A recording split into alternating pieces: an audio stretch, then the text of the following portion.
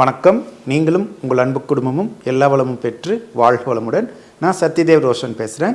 நம்ம நீண்ட நாள் இளமையோட ஆரோக்கியமாக இருக்கிறதுக்கான ஒரு பயிற்சியை பார்க்க போகிறோம். முதல்ல நமக்கு ஏன் வயசாகுதுங்கிறத பார்க்கலாம். நம்மளோட உயிர் நம்ம உடம்புக்குள்ள பர்மனெண்ட்டாக எப்போவுமே இருக்காது. உயிர் சக்தி நமக்கு பல வழியில் கிடைக்குது. சூரிய ஒளியிலிருந்து கிடைக்குது, பிரபஞ்சத்திலிருந்து கிடைக்குது, காற்றிலிருந்து கிடைக்குது, தண்ணியிலிருந்து கிடைக்குது, உணவுலிருந்து கிடைக்குது. இப்படி கிடைக்கக்கூடிய உயிர் சக்தியை நம்ம உடம்புல நடுமையத்தில் இருக்கக்கூடிய மூலாதாரம் சொல்லக்கூடிய அந்த பகுதி என்ன பண்ணுதுன்னா, அந்த உயிர் சக்தியெல்லாம் பிடிச்சு வச்சு நம்மளோட உடல் இயக்கத்துக்கும் மன இயக்கத்துக்கும் பயன்படுத்திக்குது. பூமி வேகமாக சுற்றிட்டு இருக்கிறனால மூலாதார பகுதியில் உயிர் சக்தியை பிடிச்சு வச்சுக்கக்கூடிய தன்மை படிப்படியாக குறைய ஆரம்பிக்கிறனால நமக்கு முதுமை ஏற்படுது. இதை பல வருஷம் ஆராய்ச்சி செஞ்ச சித்தர் பெருமக்கள் பிரபஞ்சத்திலிருந்து வரக்கூடிய உயிர் சக்தியை பிடிச்சு வச்சுக்கக்கூடிய தன்மையை அதிகரிக்கிறதுக்கான பயிற்சிகளை கண்டுபிடிச்சாங்க. அந்த பயிற்சி தான் காயகல்ப பயிற்சி. காயகல்ப பயிற்சியில் நிறைய மெத்தட்ஸ் இருக்குது. அதில் ஒரு எளிமையான மெத்தடை வேதாத்ரி மகரிஷி ஐயா நமக்கு கொடுத்துருக்காங்க. இந்த பயிற்சி ரொம்ப ரொம்ப சுலபமானது. 5 நிமிஷத்தில் இந்த பயிற்சியை செஞ்சு முடிச்சிடலாம். இந்த பயிற்சியை நம்ம தொடர்ந்து செஞ்சுட்டு வந்தோம்னா நம்ம இளமையாக இருக்கலாம், நோய்கள்லாம் வராது. நோய்கள் ஏதாவது நமக்கு இருந்துச்சுனாலும் அந்த நோய் படிப்படியாக குறைய ஆரம்பித்து காணாமலேயே போயிடும். இந்த பயிற்சி செஞ்சால் எதனால் நமக்கு இந்த மாதிரி நோய் எதிர்ப்பு சக்தியும் இளமையாக இருக்கக்கூடிய ஆற்றலும் கிடைக்குதுங்கிறத பற்றி சுருக்கமாக நம்ம பார்க்கலாம்.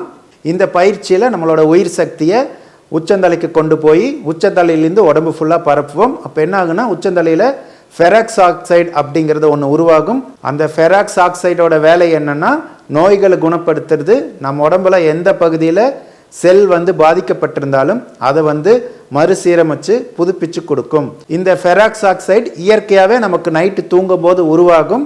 அதனால தான் நம்ம நைட்டு தூங்கி காலையில் எந்திரிக்கும் போது சுறுசுறுப்பாக இருப்போம். நம்ம எல்லாத்துக்குமே தெரியும், நைட்டு நம்ம நல்லா தூங்கினோம்னா காலையில் எனர்ஜியோடு இருப்போம்.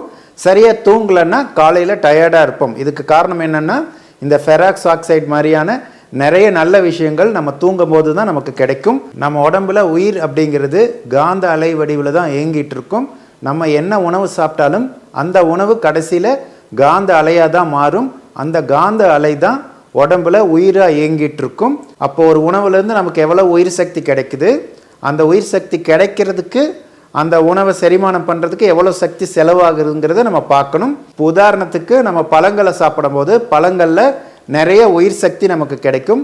அதே மாதிரி அந்த பழங்களை செரிமானம் பண்ணுறதுக்கு நம்ம உயிர் சக்தி குறைவாக தான் செலவாகும். அப்போ நம்ம பழங்கள் சாப்பிட்றதுனால நமக்கு உயிர் சக்தியோட வரவு அதிகமாக இருக்கும், உயிர் சக்தியோட செலவு குறைவாக இருக்கும். நம்ம சாப்பிட்ற சாப்பாட்டை செரிமானம் பண்ணுறதுக்காக தான் நம்ம உடம்புல அதிகமான உயிர் சக்தி செலவாயிட்டே இருக்குது.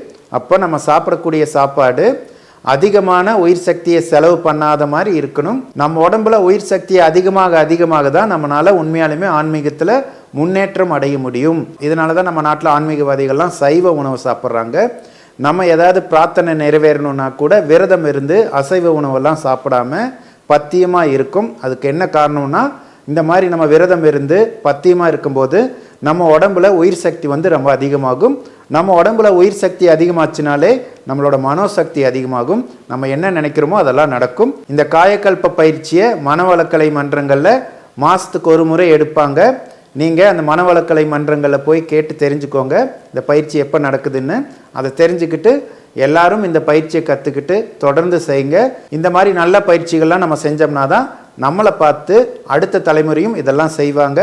அப்போ தான் அடுத்த தலைமுறை நல்லா இருக்கும்.